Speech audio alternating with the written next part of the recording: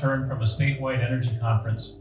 And one of the things that struck me while I was there is that houses in Alaska, particularly in South Central and Southeast, are still getting built with generic 2x6 walls.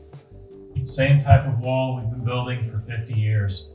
And I just wanted to touch on how to get a little more performance out of this 2x6 wall by furring it inwards. And so I've got a sample 2x6 wall, generic wall we've been building forever, and I've got a furred wall here that gives you a little bit of a boost in energy performance. And we'll take the drywall off both these walls and see what makes them tick.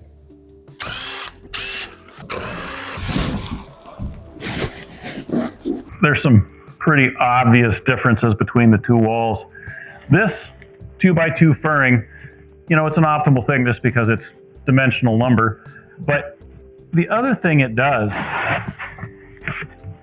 is it allows us to put 1.5" foam board in between the furring strips. And when you look at a wood stud like this, it's not a great insulator. Wood has a wood 2x6, you know, it has an R value of about 1 per inch. So everywhere you have a wood stud, you have R6. You might have R21 right here, fiberglass bats in the stud bay. But when you count the framing factor in a wall, which is the total number of studs, plates, and so forth, the amount of solid wood in a wall like this is going to be somewhere between 11 and 25% of that wall. As soon as you add 1.5 inches of foam board, you effectively double the R value over this stud. The whole wall suddenly does much, much better. To take this one step further, we took an infrared camera during a very cold day and we scanned both of these walls, and it gives you a very interesting contrast between the furred in wall and the generic 2x6 wall. Now that we're looking at this thermal image of both of our walls, the first thing I want to point out is this dark blue area at the bottom of the walls.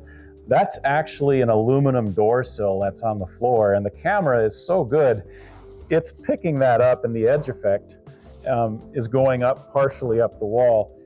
What we're interested in is kind of that center area of the wall and the upper portions, and it becomes really clear how brightly the studs are telegraphing through the generic 2x6 wall when compared to the furred in wall. All of the framing is a lot fainter in that furred in wall, and it's becoming I guess I would say, more thermally homogeneous.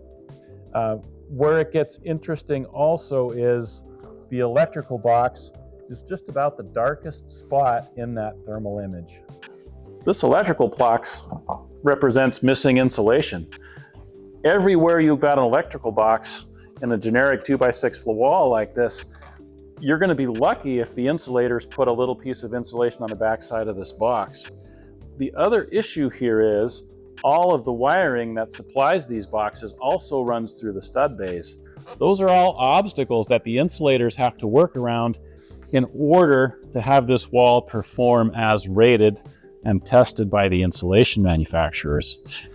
As soon as you add furring, now you've got the option to run all of your wiring and your electrical boxes on the warm side of your vapor retarder. That makes all of this insulation, in theory, perform better because it's easier to install. There's no obstacles.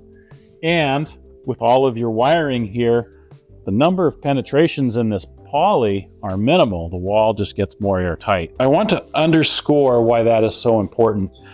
The vast majority of the insulations that we're using to insulate these 2x6 walls are fibrous insulations. It could be rock wool, it could be fiberglass bats, it could be blown in fiberglass, it could be blown in cellulose. It doesn't matter. All of these products depend on basically capturing still air inside a fiber matrix.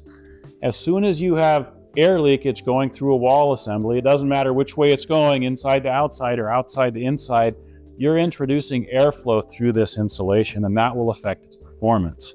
The more air leakage your wall has, the worse this insulation does. You know, my overreaching goal here was to point out the deficiencies that are so common to generic 2x6 framing like this. It's the things you don't typically see. And you know, it's kind of like getting nibbled to death by ducks. One duck isn't going to do it. But when you have a whole wall full of ducks, it starts to matter. As soon as you add furring, everything moves to the inside. It gets more airtight. It gets easier. It's a better way to go. That isn't adding a lot in terms of cost and time to a wall assembly like this. If you're interested in learning more about how this furring is actually built, installed, we've got it linked to a video in the description.